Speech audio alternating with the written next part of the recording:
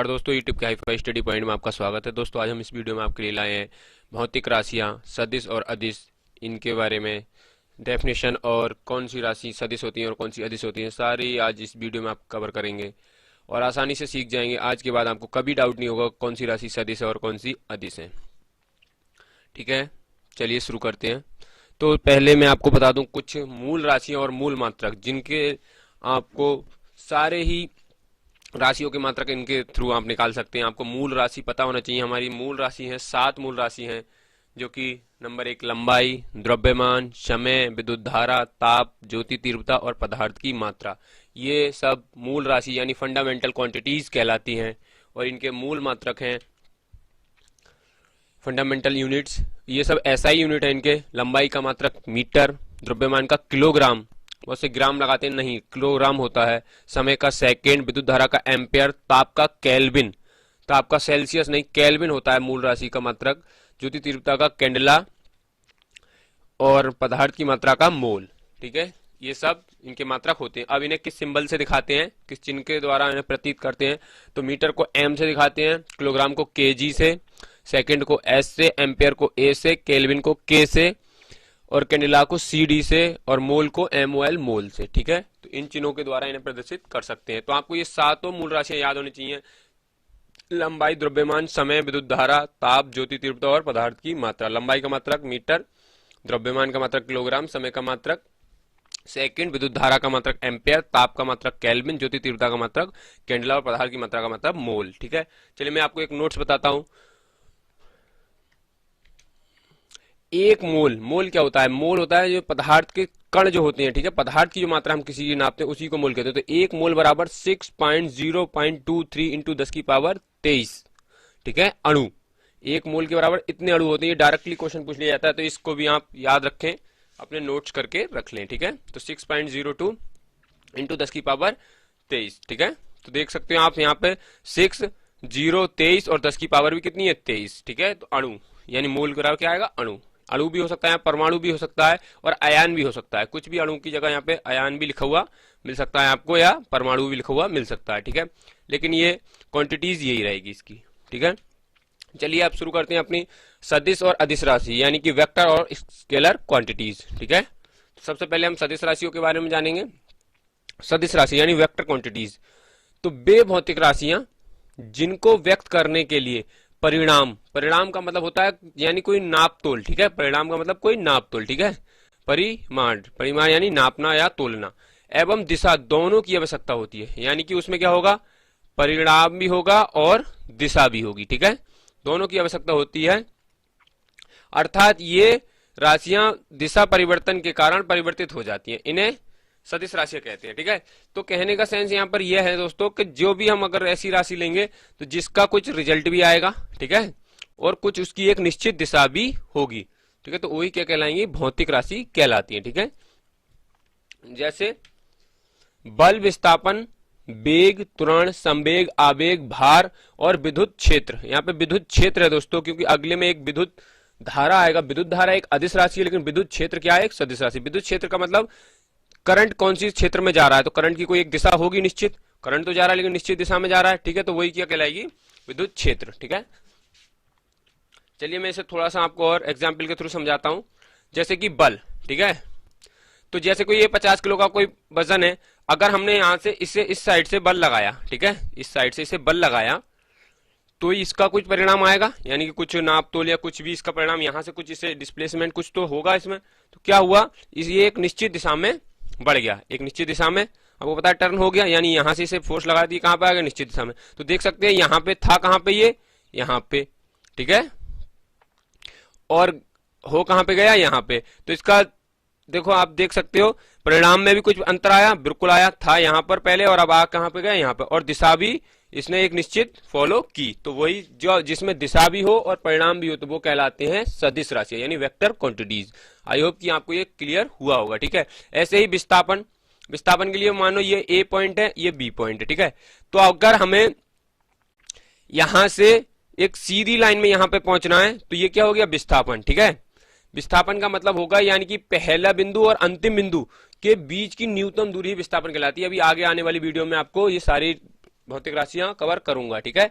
अदिश और सदिश की सारी डेफिनेशन और उनके सूत्र कवर करूंगा, उसके बाद आपको मैं न्यूमेरिकल कराऊंगा, ठीक है।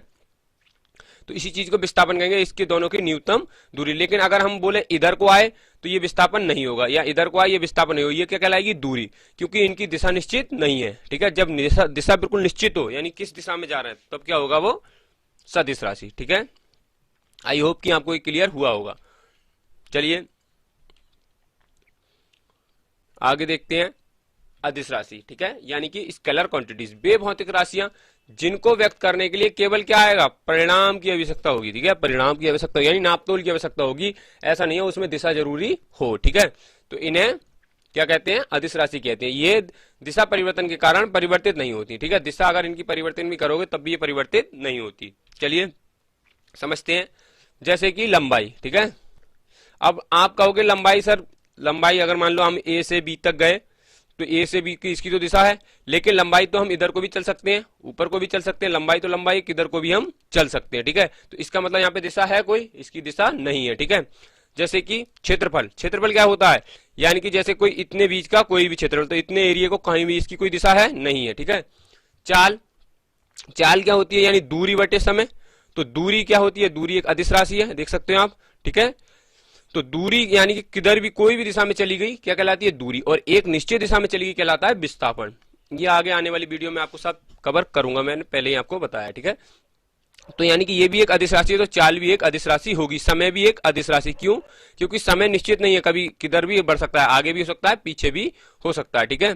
तो इस वजह से क्या है, ये सब अदिश राशि है। अब यहाँ पे आपको दिख रहा है विद्युत धारा, लेकिन वहां पे क्या था, विद्युत क्षेत्र।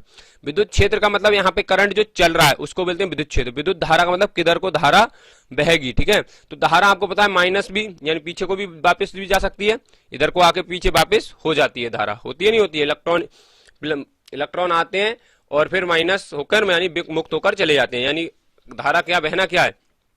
फॉर एग्जाम्पल यहां से आपका कुछ सर्किट है, तो आपको पता है दो तार लगे हुए होते हैं उसमें, तो एक प्लस वाले से करंट फ्लो होता है और माइनस वाले से वापस होते हुए निकल जाता है। तो ऐसे ही तो धारा बहती रहती है। तो ये वाला जो करंट इनमें आ रहा है तो ये कहलाता है विद्युत क्षेत्र, और ये बहना क्या कहलाता है, विद्युत धारा, ठीक है।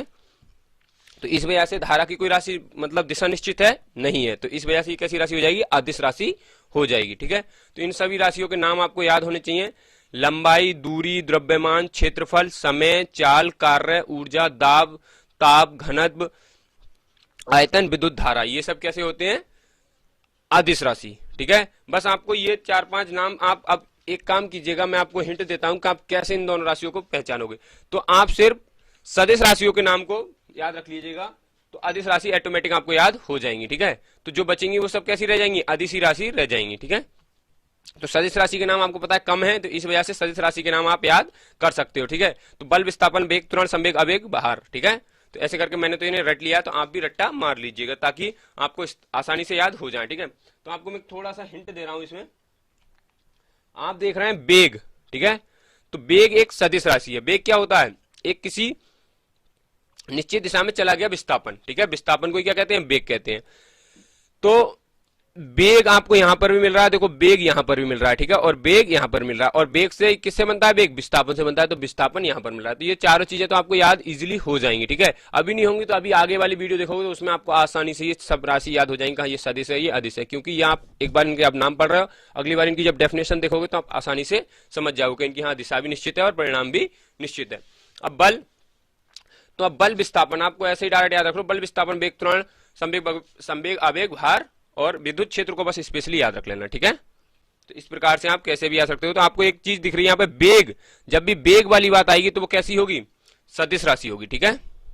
बल, विस्थापन, वेग, ठीक है। चलिए अब मैं आगे आपको कुछ एक महत्वपूर्ण सूत्र देता हूं जिसके थ्रू आप आसानी से इसके सारे ही सवाल कर सकते हैं सदिश राशियों के, ठीक है। तो आपको पता है सदिश राशियों के सवाल आते हैं कि दो सदिश राशियों के बीच का कोण अगर थीटा हो तो उनका परिणामिक माप कितना होगा, यानी परिणाम का माप कितना होगा। तो इसका एक फार्मूला है, R बराबर ए क्या है यहाँ पर, प्रथम सदिश राशि, बी क्या है यहाँ पर, द्वितीय सदिश राशि, ठीक है, प्लस 2ab cos थीटा, ठीक है। R बराबर ए स्क्वायर प्लस के b square plus 2ab cos theta. आपने वो पढ़ा होगा formula, a square plus b square plus के 2ab, ठीक है। तो वही फार्मूला है, बस किसमें है, ये अंडर रूट में है, और यहाँ पर एक चीज एक्स्ट्रा क्या जुड़ गई है, cos थीटा जुड़ गई है, ठीक है। तो वही फार्मूला है लगभग आपको याद रखना है। लेकिन ये किस लिए है? दो सदिश राशियों का परिणामिक ज्ञात करने के, यानी परिणामिक राशि ज्ञात करने के लिए, ठीक है। एंटर के आखिरी क्या राशि आएगी, ठीक है। और आपको इसमें कॉस का मान लगाने के, थीटा का मान कुछ भी हो सकता है। ये जो आपको दिख रहा है 30, 45, 60, 90, 120, 35, 150 और 180, कोई भी इनमें थीटा का मान हो सकता है। तो आपको थीटा के सारे मान इनमें कॉस के याद होने चाहिए। तो कॉस 0 का मान होता है 1, कॉस 30 का मान √3/2, कॉस 45 का मान 1/√2, कॉस 60 का मान 1/2, कॉस 90 का मान 0। तो यहां तक के तो आपको ट्रिग्नोमेट्री आपने सारणी करी होगी हाई स्कूल में, तो आपको ये याद होने चाहिए, ठीक है। ये आगे भी आपको हेल्प करेंगे जब आप वर्क का कार्य करोगे, वर्क के फार्मूले से वर्क निकालोगे, तब उसमें भी कॉस थीटा का यूज होता है, ठीक है। तो इस वजह से मैंने सिर्फ आपको कॉस के सारे मान दे दिए, आप इन्हें याद कर लो नोट्स कर कर। 90 तक आपको याद करना है। उसके बाद आपको देखना है कि 120 यहीं से देखो माइनस स्टार्ट हो जाता है, 60 का उल्टा 120, 60 का डबल कितना होता है 120, तो सीधे इसमें देखो 1/2 में क्या लग गया माइनस। उसके बाद 45, तो 90 में 45 जोड़े कितने हो गए 135, ठीक है। तो ये कितना है माइनस, तो ये इसका उल्टा हो गया, और ये वाला 150 इसका उल्टा हो गया, ठीक है।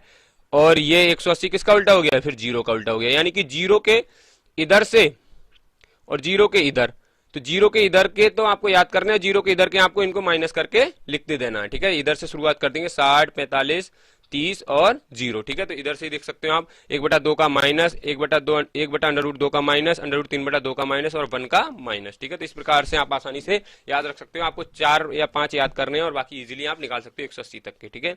चलिए अब कुछ क्वेश्चन करते हैं इनके थ्रू, जो कि आप आसानी से लगा सकते हैं। बस एक ही फार्मूला है, R बराबर अंडर रूट में a² प्लस के b² प्लस के 2ab cos थीटा, ठीक है।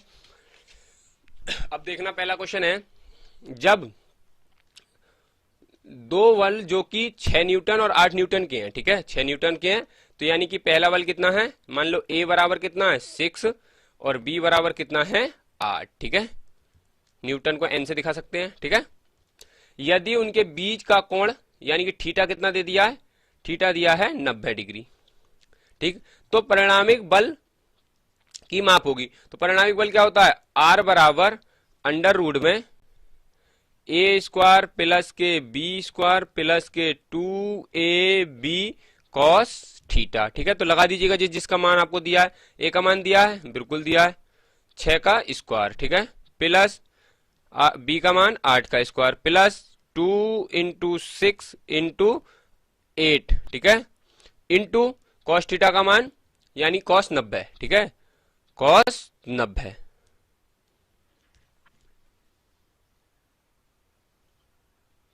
तो अब आप देखेंगे बराबर, ये सब R के बराबर चल रहा है, यानी कि हमें ये प्रारंभिक बल तो निकालना था। अंडर रूट में 6 का स्क्वायर 36 प्लस 8 का स्क्वायर 64, ठीक है, ये तो आपको याद होंगे ही। अब ये देख रहे हो 2 × 6 × 8, और आपको cos 90 का मान अगर पता नहीं है तो आप पीछे स्लाइड से आप याद कर सकते हैं, उसका आप स्क्रीनशॉट ले लेते, ठीक है। अभी वीडियो बैक करके आप स्क्रीनशॉट ले लेना, ठीक है, ताकि आपको याद हो जाए। cos 90 का मान होता है 0, तो अब ये जितनी भी गुणा में चीजें ये क्या हो जाएगी पूरी 0, ठीक है। तो हमारे पास क्या बचा, हमारे पास बचा R बराबर अंडर रूट में 36 प्लस 64, क्योंकि ये सब क्या हो गया 0, इतना टर्म क्या हो गया 0। जब भी 0 किसी चीज से गुणा करते हैं तो क्या बन जाता है 0 बन जाता है, ठीक है। तो ये इतना टर्म तो 0 हो गया है। अब ये 36 और 64 कितना होता है 100, ठीक है। तो R बराबर, अब ये 100 किसका वर्ग होता है आपको पता है, अंडर रूट में अगर 100 है तो क्या आता है 10 आता है, ठीक है। तो R का मान यानी परिणामिक बल कितना आ गया 10, इसका आंसर हो जाएगा। आई होप कि आपको 10 न्यूटन, क्योंकि ये सदिश राशि है तो न्यूटन, ठीक है। आई होप ये आपको क्लियर हुआ होगा। तो वही फार्मूले से हमने आसानी से इसे निकाल लिया। नेक्स्ट क्वेश्चन है, दो बल जिनका 12 न्यूटन, तो A का मान 12, ठीक है, B का मान कितना दिया है 5, ठीक है। परिणामिक बल भी दे दिया आपको, इस बार उसने परिणामिक बल दे दिया, यानी कि R का मान भी हमें दे दिया। R का मान कितना है 13 दिया है, ठीक है। तो अब पूछ रहा है कितने डिग्री का कोण बनेगा, कोण पूछ रहा है, यानी थीटा बराबर हमें ज्ञात करना है, ठीक है, ठीक है। तो लगाते हैं R की जगह पर 13, आपको फार्मूला याद होगा अंडर रूट में, ठीक है, क्या आएगा 12 का स्क्वायर प्लस 5 का स्क्वायर प्लस 2 × 12 × 5, ठीक है, और इंटू कॉस, और आपके थीटा तो हमें ज्ञात करना है, ठीक है, कॉस है ये। तो अब ये अंडर रूट है तो इधर जाएगा ये, ठीक है, अंडर रूट को इधर लेके जाएंगे क्या बन जाएगा वर्ग, तो 13 का स्क्वायर हो जाएगा। ठीक है, 12 का स्क्वायर 144 प्लस 5 का स्क्वायर 25 प्लस 2 इंटू 12 पंजे 60। ठीक है, ये इसकी गुणा कर ली और इंटू कॉस थीटा। तो अब ये दोनों, ये 13 का स्क्वायर कितना होता है 169 और इन दोनों को जोड़ेंगे तो ये भी 169 आएगा और इसे इधर ले आएंगे। ठीक है, माइनस के 169 बराबर 60 दूनी 120 इंटू कॉस थीटा। ठीक है,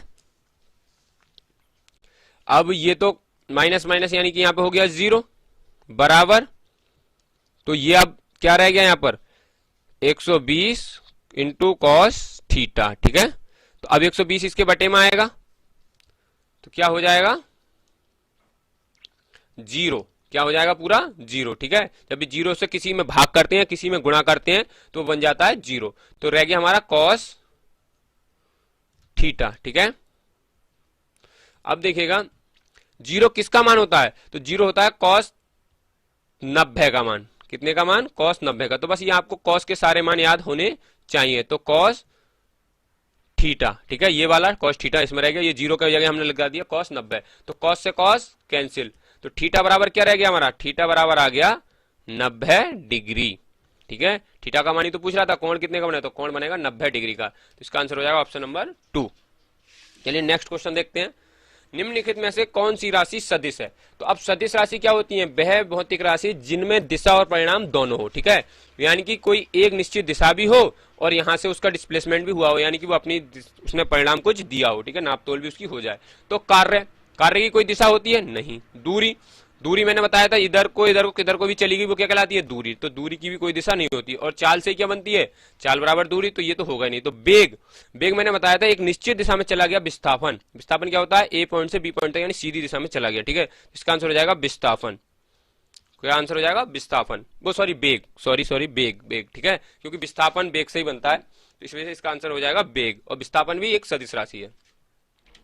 चलिए नेक्स्ट क्वेश्चन देखते हैं, दो परिणामिक बल जिनका 3 न्यूटन तथा 3 न्यूटन, यदि बीच का कोण कितने डिग्री होगा यदि परिणामिक बल की माप 3 न्यूटन होते, यानी सब 3 ही 3 न्यूटन दे दिए उसने। ठीक है, तो 3 में डायरेक्ट लगा रहा हूं, अब 3 का, ठीक है, ये इधर स्क्वायर बन जाएगा। ठीक है, मैंने आपको बताया था अंडर रूट उधर आता है स्क्वायर में जाता है, 3 का स्क्वायर प्लस 3 का स्क्वायर प्लस 2 इंटू 3 इंटू 3। ठीक है, ये वाला फार्मूला मैंने लगाया है, इसे रूट को इधर ले आया मैं, आर स्क्वायर बराबर ए स्क्वायर प्लस के बी स्क्वायर प्लस 2ab और कॉस थीटा। ठीक है, थोड़ा राइटिंग पे आपके लिए सॉरी, राइटिंग थोड़ा ऐसा ही है। उसके बाद कॉस थीटा, तो देखिएगा ये कितना हो गया 9 बराबर 9 9 18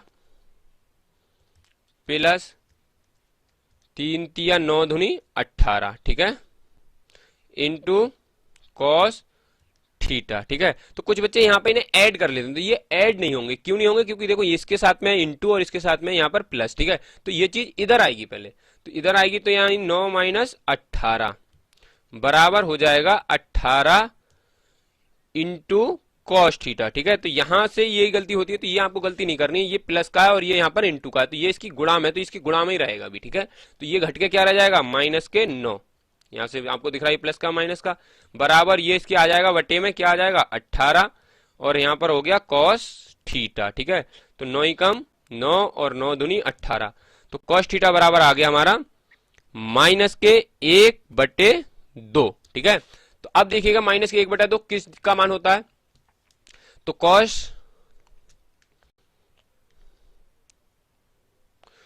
थीटा बराबर किसका मान होता है, कॉस 120 डिग्री का मान होता है माइनस के 1/2। ठीक है, तो अब बस कॉस से कॉस कैंसिल, तो थीटा बराबर क्या रह गया हमारा, थीटा बराबर रह गया 120 डिग्री। डायरेक्टली ये पूछे जाते हैं सवाल, आपने देखा होगा रेलवे में तो बहुत पूछे जाते हैं, ग्रुप डी और एनटीपीसी आपके लिए बहुत हेल्पफुल होगा, तो इसका आंसर हो जाएगा ऑप्शन नंबर 1 120 डिग्री। ठीक है, अगर आपको ये फार्मूला याद है तो मैं तो आपको समझा रहा हूं, इस वजह से थोड़ी कैलकुलेशन आपको लग रही होगी, लेकिन आप इजीली 1-2 स्टेप क्रॉस कर भी सीधे आंसर निकाल सकते हैं। ठीक है, अगर आपको डायरेक्ट ये मान याद होता तो आपको ये दिखाने की जरूरत नहीं थी। कॉस्ट यानी कि किसका मान होता है माइनस का 1 बटा, तो 120 का, तो सीधे आंसर लगा देते 120। ठीक है, निम्न में से द्रव्यमान का एसआई मात्रक है। ठीक है, द्रव्यमान किसका एसआई मात्रक है। ठीक है, द्रव्यमान का एसआई मात्रक, आपको पूछा है द्रव्यमान का, सॉरी द्रव्यमान का एसआई मात्रक है, तो द्रव्यमान का होता है किलोग्राम, तो इसका आंसर हो जाएगा ऑप्शन नंबर सी यानी किलोग्राम। ग्राम नहीं होता है, क्या होता है, किलोग्राम। ठीक है, नेक्स्ट क्वेश्चन, निम्न में से कौन सी राशि सदिश नहीं है। आपके क्या बोल दिया, सदिश नहीं है, यानी सदिश नहीं है तो कैसी होगी, अदिश होगी। तो अदिश राशि सिर्फ उसमें क्या आना चाहिए, परिणाम आना चाहिए। तो मैंने आपको बताया था वेग, नहीं ये तो हो ही नहीं सकती, ये क्या है, एक सदिश राशि।